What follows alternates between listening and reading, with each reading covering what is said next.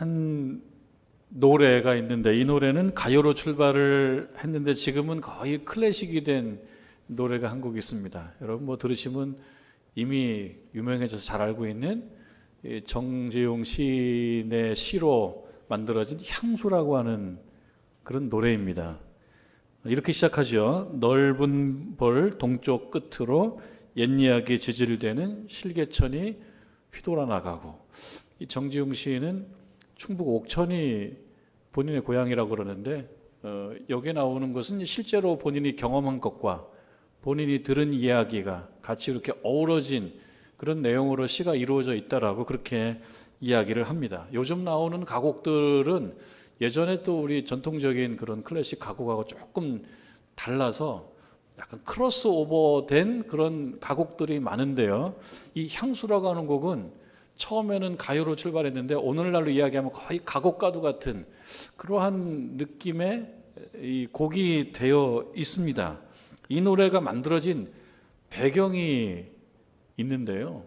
뭐 아시다시피 이 노래는 이동원이라고 하는 가수와 또 박인수라고 하는 성악가가 같이 불러서 유명해진 그런 노래 아니겠습니까? 처음에는 지금 고인이 된 이동원이라고 하는 가수가 이 테너 박인수를 찾아와서 이제 이 노래가 만들어지기 시작한 거예요. 이동원 씨가 박인수를 찾아왔습니다. 찾아올 때 정재용 시인의 시를 하나 갖고 왔어요. 본인은 시집을 갖고 왔다 그러는데 어떤 시를 하나 갖고 와서 테너 박인수에게 이렇게 얘기를 하는 겁니다. 이 시로 노래가 만들어지게 되면 저하고 좀 듀엣을 좀 해주실 수 있겠냐고 이렇게 부탁을 합니다. 그런데 당시에 성악가가 이 대중가요 가수하고 노래를 같이 부르는 거를 그렇게 뭐 권장하고 그랬던 분위기가 아니었다고 그럽니다. 그리고 가요일 텐데 또 성악가가 가요를 부르는 것도 좀 눈치가 보이는 그런 시대였던 모양입니다. 그러니 당대 최고의 테너 박인수 씨가 그냥 듣고 바로 오케이 하진 않았을 거예요. 과정이 있습니다. 이제 테너 박인수 씨가 이 정지용 시인의 이 향수라고 하는 시를 이렇게 보게 되었죠. 근데 본인 고백으로 자신은 별로 시에 대한 그 조예가 없답니다. 근데 시를 보니까 이건 고향에 관한 시인 거예요. 근데 또 본인 이야기예요. 자신은 조상 때부터 거의 500여 년 동안 서울에서만 살았기 때문에 자신에게는 사실 고향이라는 거에 대한 개념이 없었답니다. 고향은 뭐 기차도 좀 타고 좀 멀리 가고 또 시골 버스도 타고 가고, 그래서 어떤 산천의 어떤 경험, 이것이 또 고향이라고 하는 이미지하고 좀 맞아 떨어지는데, 늘 서울에 살았으니 고향이 뭐 익숙해질 리가 없죠. 고향에 대한 개념이 없는 그런 어떤 본인 입장에서 이 시를 보게 됐는데, 이 시를 보면서 본인이 특별한 감정을 느꼈던 거예요. 이제 세월이 많이 흘러서 그때 본인이 이동원 씨가 가지고 온 정지용 시인의 그 향수라고 하는 시를 대할 때 어떤 느낌이었는지에 대해서 이렇게 회고를 합니다. 뭐라고 얘기하냐면, 이 시를 보니까 딱 내 고향이더라고. 그때 처음 느낌이 그랬답니다. 시를 보면서 이건 내 고향이네. 고향이라고 하는 것에 대한 개념도 없었다고 얘기했던 분이 여기서 고향을 발견한 거예요. 그러니까 고향이 없었던 사람인 건데요, 실제로는. 그러니까 우리가 생각하는 그런 의미의 고향은 없었던 분이 시를 보면서 이건 내 고향이네. 내가 항상 그리던 시골 고향이야. 그러면서 이 시 참 좋네. 이게 바로 국민시네, 국민시. 본인이 국민시라고 얘기했던 건 무엇이겠습니까? 모든 국민이, 나를 포함한 많은 사람들이 이 시에서 그리고 있는 어떤 시골의 한 풍경을 대했을 때 고향이라고 하는 느낌을 갖게 될 거라고 하는 믿음이 있었던 거죠. 그리고 이제 6개월 정도 지나서 향수라고 하는 곡이 만들어집니다. 정지용 시인은 아시는 분은 아시겠습니다만 당시에 이렇게 북한으로 이렇게 말하면 끌려갔다는 얘기도 있고, 또 본인이 조금 좌익운동도 했다는 말도 있고, 그래서 한동안 이분의 작품은 금지가 되어 있었습니다. 근데 1988년도에 금지가 풀리면서 이동원 가수가 이 시를 가지고 노래를 만들어 봐야 되겠다는 생각을 했던 모양인 거죠. 그리고 이제 여기에 김희갑 작곡가가 곡을 붙이고, 이제 이동원, 박인수가 불러서 많은 사람들의 사랑을 받게 된 향수가 이렇게 태어나게 된 거죠. 만약에 이 시를 보고 이거 내 고향이네, 이런 어떤 감흥이 없었다 그러면 이것이 이렇게 멋진 가수들에 의해서 불려진 그런 노래로 만들어지지 않았을 수도 있겠다, 그런 생각을 한번 해보게 되는 것입니다. 사람들은 본인이 태어나고 자란 그런 특정한 어떤 공간, 지역의 고향과는 별도로 무엇인가를 좀 그리워하는 그리움이 그 마음속에 있는 존재인 것 같습니다. 그것이 무엇인지 정확하진 않아도 뭔가에 대한 어떤 그리움, 아쉬움이라고 하는 것은 채워지지 않은 것이고, 그것을 느낀다라고 하는 것은 또 무엇인가를 그리워한다라고 봤을 때 무엇인가를 그리워하는 그런 존재인 것 같습니다.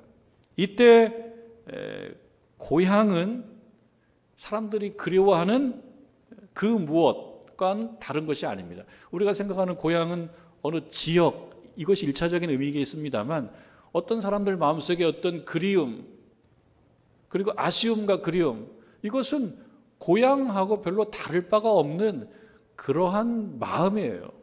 그러니까 고향에 대한 그리움, 고향에 대한 마음이 사람들에게 있는 거죠. 그리움의 대상이 결코 현실화되지 못하면 사람들은 아쉬움과 아픔을 느껴요. 그리고 어느 경우는 생을 끝내고자 하는 충동을 느끼고 또 그렇게 또 실천에 옮기기도 합니다. 많은 그 아우슈비츠를 경험한, 강제 포로 수용소를 경험한 분들 중에 유명한 어떤 분들은 살다가 자신의 어떤 중요한 점을 침해받았다고 생각하고 살려고 하는 의욕을 끊고 스스로 생을 마감하는 경우도 있습니다. 뭔가 침해받았다고 생각했을 때 침해받고 싶지 않은 어떤 공간이 있는 거예요. 그것을 우리는 고향이라고 말할 수도 있을 것 같습니다. 이러한 고향을 우연이라도 떠올리거나 만날 때 사람들은 감동을 하죠. 그리고 생에 대한 어떤 의욕을 다시 한번 느끼게 되는 겁니다. 채워지지 않으면 위축되지만 그것이 채워지게 되면, 고향이 채워지게 되면 이것이 내 고향이구나 라고 노래도 만들고 시도 읽고, 그리고 생에 대한 의욕을 피우는 존재가 바로 인간이다. 다 아는 그 단어인 고향이라고 하는 이 말을 그래서 제가 한번 그래도 하는 마음으로 사전을 한번 찾아봤어요. 사전에서는 고향을 뭐라고 얘기하는지 대략 여러분들이 생각하는 것과 크게 다르지 않습니다. 그렇지만 약간 새로운 정의도 있더라고요. 한 3가지 정도로 고향을 정의하고 있는데요. 1가지, 2가지는 크게 여러분들에게도 특별하지 않은 그런 정의입니다. 고향은 자기가 태어나서 자란 곳, 이것이 첫 번째 의미예요. 사전에서 정의하는. 내가 태어나고 자란 곳, 그게 첫 번째 의미입니다. 2번째는 조상대대로 살아온 곳, 2번째 의미예요. 그러니까 첫 번째 의미, 2번째 의미는 우리가 생각하는 거하고 크게 다를 바 없어요. 그러나 3번째는 조금 생각할 만한 정의입니다. 3번째 정의는 마음속에 깊이 간직한 그립고 정든 곳, 마음속에 깊이 간직한 그립기도 하고 정이 들기도 했던 그 어떤 곳. 그러면은 첫 번째 정으로 돌아가서 자기가 태어나서 자란 곳, 자기가 태어나서 자란 곳을 어떤 사람은 막 그리워하고 또 찾아가고 싶고 그렇지만 또 어떤 분들은 그리 가고 싶어 하지 않는 경우도 있습니다. 그리 보면 마음속에 깊이 간직한 그립고 정든 곳이 다 태어나고 자란 것만은 아니에요. 이건 살아오면서 조금씩 변형됩니다. 그러니까 고향의 의미는 조금씩 바뀔 수도 있어요. 좀 확장될 수도 있어요. 내가 태어난 것을 포함하고 내가 태어나고 자란 것을 포함하지만 어느 경우는 태어나고 자란 것이 아닐 수도 있어요. 지금 박인수 씨가 정지용 시인의 시를 보고 느낀 것이 바로 그거예요. 본인이 태어나고 자란 곳이 아니거든요. 그런데 그 마음속에는 뭐가 있었냐면 뭔가 그리운 어떤 곳이 있었던 거예요. 그것을 우연히 만나게 되면 거기에 아하라고 하는 감동이 생기고 그 감동과 함께 생에 대한 어떤 의욕을 더 깊게 느낄 수 있는 것이라 하는 거죠. 그런 의미에서 우리가 살아가면서 이러한 의미의 고향을 만나는 것은 매우 기쁜 일이다, 좋은 일이다라고 생각합니다. 여러분, 마음속에 깊이 간직한 어떤 그리운 곳이 있다면, 또는 정겨운 어떤 곳이 있다 그러면 하나님의 은혜로 살면서 꼭 만나서 기쁨을 경험하고 삶의 의욕도 더 키우실 수 있기를 바랍니다. 그것도 은혜라고 생각을 합니다. 세 번째, 이 정의는 뭔가 좀 생각하게 하죠. 정든 곳이니 내가 살며 나의 기억이 형성된 어떤 곳이겠지만, 또 한편으로 그리움이라고 하는 것은 자신이 그곳에 살지 않아도 되는 곳일 수도 있다면, 고향은 반드시 물리적인 공간일 필요는 없겠다, 그런 생각으로 좀 생각이 확장될 수가 있겠습니다. 공간이나 지역을 넘어설 수도 있겠다라고 하는 것입니다. 그렇게 생각하면서 고향을 다시 한번 정리해 보면 이렇지 않을까 싶습니다. 고향은 내가 태어나고 자란 곳이지만 또 경우에 따라서는 그러지 않을 수도 있다. 이것이 한 가지 정의가 될 것입니다. 또 한 가지는 고향은 그리운 곳, 정겨운 곳, 정겹고 그리운 곳, 그렇기 때문에 행복과 평안을 주는 곳이다. 그래서 우리가 살면서 이런 의미의 고향을 경험하는 것은 우리를 향한 하나님의 은혜이다, 복이다, 그렇게 생각할 수가 있겠습니다. 오늘 본문은 이러한 고향과 관련해서 신자는 어떤 존재이어야 하는가라고 하는 말씀을 우리에게 전해줍니다. 요컨대 신자는 고향을 찾는 것을 넘어서서 더 나은 본향을 찾는 자입니다. 16절 말씀을 먼저 좀 보시겠습니다. 그들은 이제는 더 나은 본향을 사모하니 곧 하늘에 있는 것이다. 그들은 이제는 더 나은 본향을 사모한답니다. 그들은 누구입니까?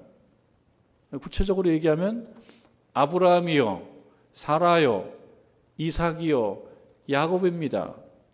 히브리서가 말하는, 히브리서에 등장하는 중요한 인물 아브라함이고 이삭이고 야곱입니다. 그러니까 그들은, 이 사람들은 이제 더 나은 본향을 사모한다.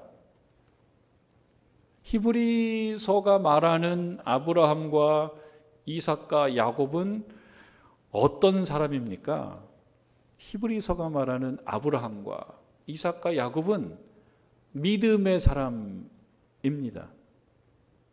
믿음의 사람, 믿음의 길을 걷는 사람의 모델로 아브라함과 이삭과 야곱을 출연시키고 있는 거예요. 그러니까 여기서 그들은 믿음의 사람이죠. 그들은 믿음의 사람입니다. 조금 확장하고 조금 응용한다 그러면 이 그들은 믿음의 사람입니다. 우리가 하는 말로 믿음의 사람은 신자이죠. 그들은 신자다, 이렇게 이야기해도 되겠습니다. 우리는 어떤 사람입니까? 여러분들은 어떤 사람입니까? 하나님을 믿는 사람들입니다. 그러면 여러분은 신자입니다. 믿음의 사람입니다. 그러면은 요 그들이라고 하는 요 자리에 여러분들을 넣어도 이 말은 될 수가 있는 것이죠. 그러면 신자는 이제 더 나은 본향을 사모하는 자들이다. 더 나은 본향은 무엇이냐? 하늘에 있는 것이다. 그런 것이죠. 하늘에 있는 것. 본향과 고향은 뭐 조금 표현은 조금 다르지만 같다라고 본다 그러면, 여러분, 고향이 있고 더 나은 고향이 있다라고 성경은 얘기하는데 이것을 우리는 어떻게 이해해 봐야 될까요? 본향이 있고 더 나은 본향이 있다. 본향은 이 아브라함과 이삭과 야곱에게 있어서 본향은 저기 갈대아 우루, 그리고 우리가 세계사 시간에 조금 배우게 됐던 메소포타미아. 메소포타미아는 강들 사이에라는 뜻인데요. 유프라테스 강, 티그리스 강, 요 사이에 비옥한 지역, 메소 뭐뭐 사이에 포타미아, 메소포타미아, 그러니까 두 강들 사이에 비옥한 지역을 메소포타미아라고 하거든요. 그럼 이들에게 있어서 고향은 그 동네인 거예요. 그런데 그곳에서 떠나서 지금 이곳에 정착해 있죠. 가나안. 어쩌면 그곳보다 더 척박한 동네일 것입니다. 근데 왜 왔습니까? 하나님이 가라. 내가 명한 그곳으로 가라. 하나님 말씀을 따라 이곳에 온 것입니다. 이곳에 와서 그들이 태어나서 자란 그곳이 그리울 수도 있을 것입니다. 근데 그곳에 돌아가지 않고 이곳에서 살다가 죽었습니다. 아브라함과 이삭과 야곱, 이분들이 여기서 죽었습니다. 여러분, 오늘 말씀 16절 그 말씀 좀 앞서서 13절에 보니까요, 이 사람들은 다 믿음을 따라 죽었다. 믿음을 따라 죽었다. 믿음이 없었다 그러면 이곳에서 안 죽었을 겁니다. 좀 돌아갔을 수도 있습니다. 약속을 받지 못하였으되 그것들을 멀리서 봤다. 멀리서. 가까이서 보는 게 좋은데요, 멀리서 봤으니까 이것은 멀리서 바라보는 것은 현실이 아닌, 현실 조금 너머에 있는 비현실을 보고 있다. 희망, 이런 거죠. 희망, 또 소망, 희망과 소망을 가지고 그리고 그 땅에서 살았어요. 그것을 멀리서 보고 환영했어요. 여기서 멀리서 보고 환영했다는 것은 소망과 희망으로 살아갔다는 것을 이야기할 것입니다. 또 땅에서는 외국인과 나그네임을 증언하였으니, 외국인이고 나그네예요. 외국인이고 나그네이기 때문에 편하지 않을 수도 있고요, 또 힘든 삶일 수도 있는데, 그러나 그곳에서 그렇게 살아갔다. 그럼에도 그곳에서 살아갔다. 여러분, 15절 말씀, 그들이 나온 바 본향을 생각하였더라면 돌아갈 기회가 있었을 것이다. 그러니까 생각했고 추구했다면 돌아갈 수도 있었을 것이다. 지금처럼 교통이 발달된 그런 시대는 아니었지만 그곳에서 나올 수 있었다면 그곳으로 돌아갈 수도 있습니다. 만약에 그곳을 생각했다면, 돌아갈 마음이 있었다 그러면 돌아갈 수도 있었는데 돌아가지 않고 그곳에서 살다가 죽었다. 왜 그랬느냐? 하나님의 말씀이 그곳에 있기 때문에 그랬던 것입니다. 그곳에서 그렇게 살면서 본향을 버린 게 아니고 더 나은 본향을 사모하면서 살아갔다는 겁니다. 본향을 버린 게 아니고. 본향은 좋은 거죠. 고향은 좋은 건데 신자이기 때문에 더 나은 고향, 더 나은 본향을 사모하고 그리워하면서 살다가 그곳에서 죽었다. 그런 것입니다. 그것이 이제 우리가 처음에 읽었던 16절 말씀이죠.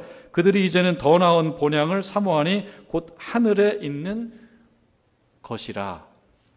본향은 무엇이며 더 나은 본향은 또 무엇이겠는가? 본향과 더 나은 본향은 같은 것입니까?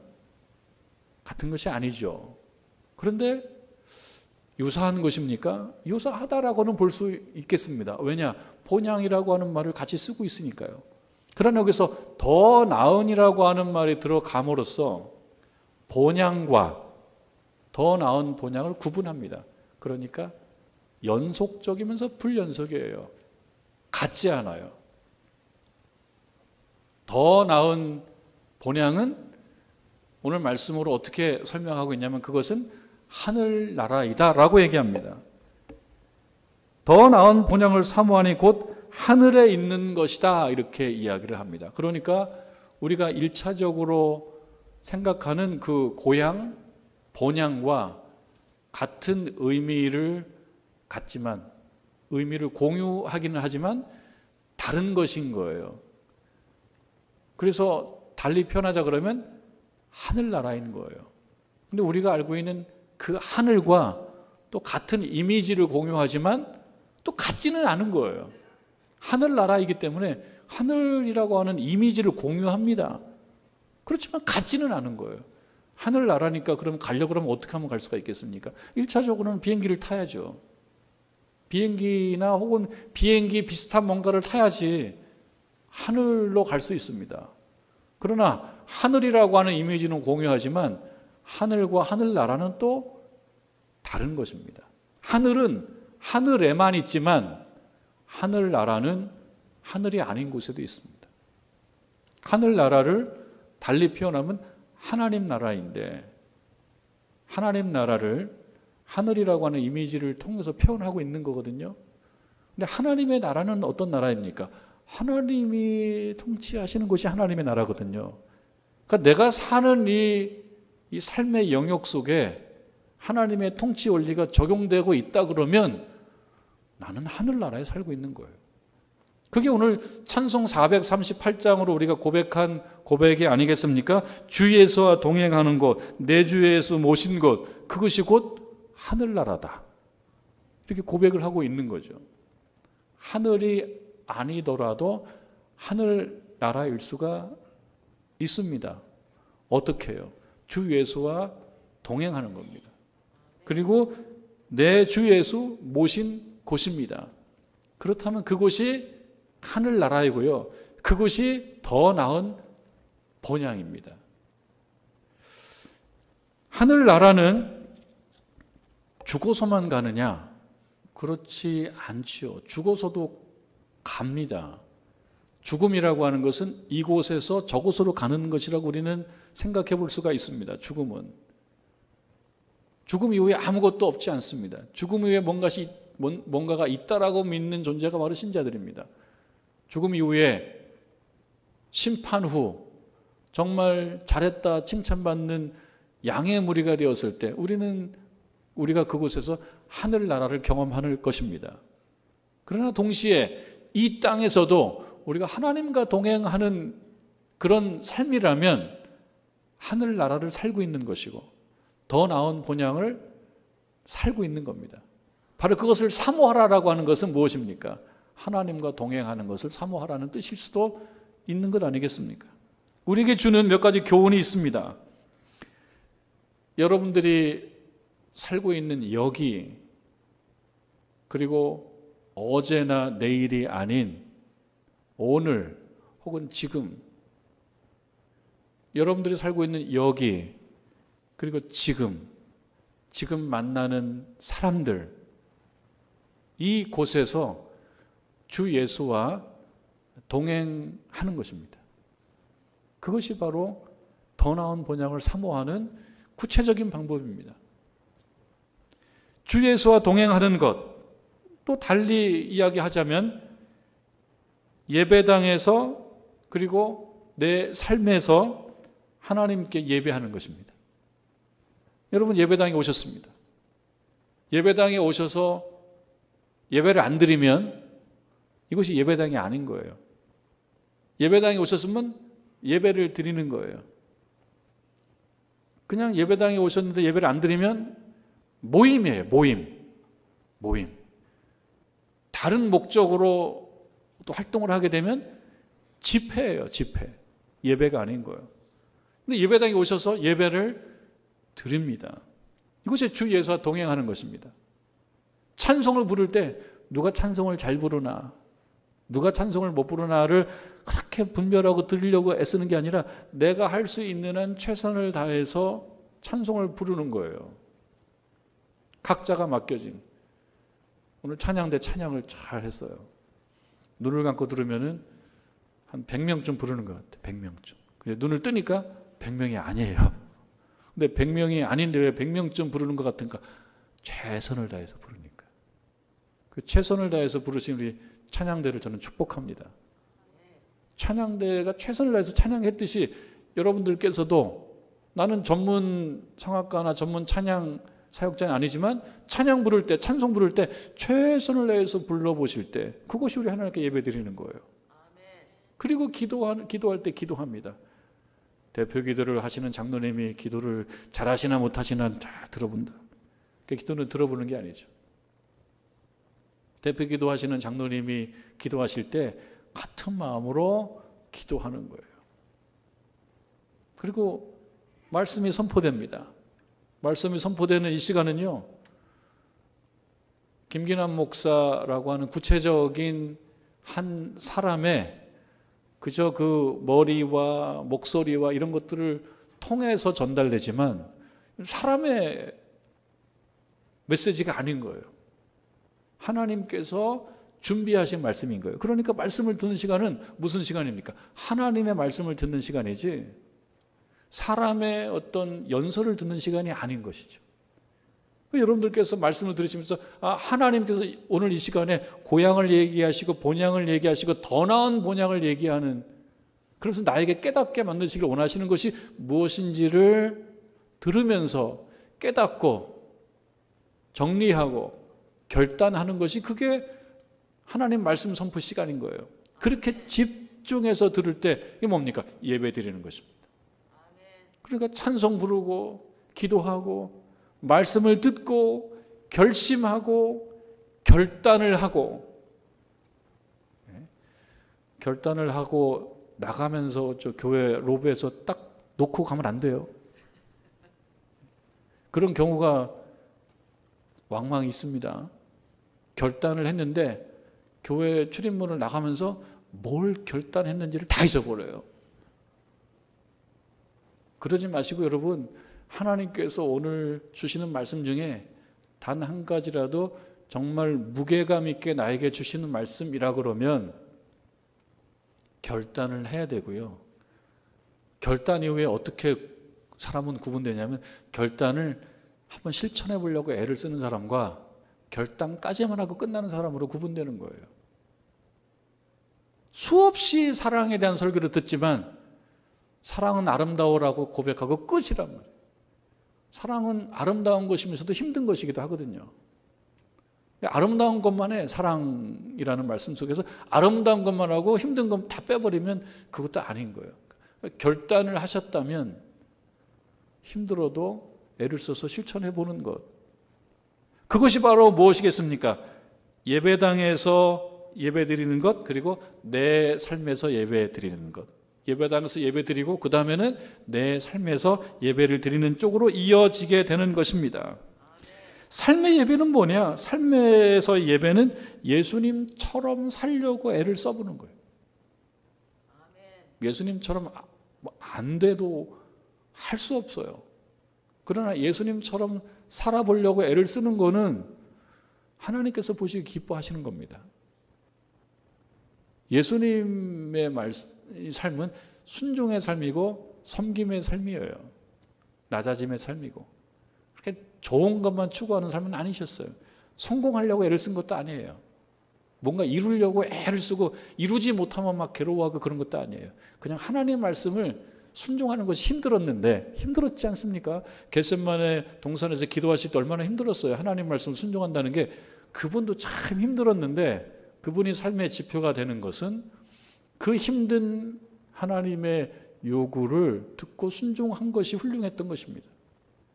우리가 그거를 배우는 거예요. 어렵지요, 여러분. 그런데 여러분, 어렵다라고 하는 말 속에 함정이 있다는 말 몇 번 말씀드렸죠. 어렵다라고 얘기하는 거에 함정이 있어요. 어렵기 때문에 하지 않아도 다른 분들이 공감해줘요. 아예 어려우니까 못했지. 그리고 다른 분들이 공감하는 이유는, 인정하는 이유는 본인들도 안 하려고 공감해요. 그런 경우가 많아요, 실제로. 그러니까 어렵다라고 하는 말 속에는요, 함정이 있어요. 안 하고자 하는 마음이 마음 저쪽에 숨어 있어요. 아이, 어렵지. 안 해도 된다는 거예요. 거기에 속아 넘어가지 말아야 돼요. 예수님은 속아 넘어간 게 아니에요. 어려웠죠. 그러나 하나님의 뜻이라면, 이 잔을 옮겨달라고 얘기했지만 하나님의 뜻이라면 그 잔을 본인이 마시겠다고 하신 거죠. 어렵지만 한 거지. 어렵지라고 얘기하면서 거기에 빠져 들어가지 않습니다. 많은 경우 들어보면 빠져 들어가요. 어렵기 때문에 안 해요. 그리고 어렵다는 것을 강조해요. 왜냐, 어렵다는 것을 강조해야지 내가 하지 않은 거가 합리화가 되니까 강조합니다. 여러분, 삶에서의 예배는 그게 아니고 예수님처럼 살려고 실제적으로 애를 써보는 것입니다. 로마서 12장 1절, 그러므로 형제들아 내가 하나님의 모든 자비하심으로 너희를 권하노니 너희 몸을 하나님이 기뻐하시는 거룩한 산 제물로 드리라. 이는 너희가 드릴 영적 예배니라. 너희를 거룩한 산 제물로 드리라. 제물은 죽은 상태로 드려지는 거예요. 죽어 드려지는 것이 제물입니다. 제물은 그런 거 아닙니까? 제사 지낼 때 어떤 제물이 되는 짐승을 죽여서 죽어진 상태로 드리는 거예요. 그런데 로마서 말씀은 어떻게 그것이 변용되고 있습니까? 산제물. 그런데 그 제물이 그대들이 산제물이다. 그러니까 죽이지 않겠다. 그 얘기는 뭡니까? 살아있는 걸로 또 다른 어떤 그 제물된 효과를 만들어 봐라는 거예요. 하나님을 기쁘시게 하는 거예요. 하나님을. 죽어서 기쁘게 하는 게 아니라 살아있으면서 하나님을 기쁘게 하는 것. 살아있으면서 죽는 것. 근데 우리는 살아있으면서 죽으려고 안 합니다. 자존심 버릴 수가 없어요. 내가 무시받는 걸 견딜 수가 없어요. 왜냐하면 난 살아있으면서 살아야지 내가 살면서 죽을 수가 없어요. 죽는 건 그대 나는 삶. 이것이 우리들의 바람인 건데 살아있으면서 재물이 되라. 그럼 살아있으면서 때때로 세례 요한처럼 예수님이 인크리스 나는 디크리스. 예수님은 인크리스 나는 디크리스. 그런데 그 반대 예수님은 디크리스 나는 인크리스. 나는 영광을 받아야 되고 예수님은 낮아져야 되고.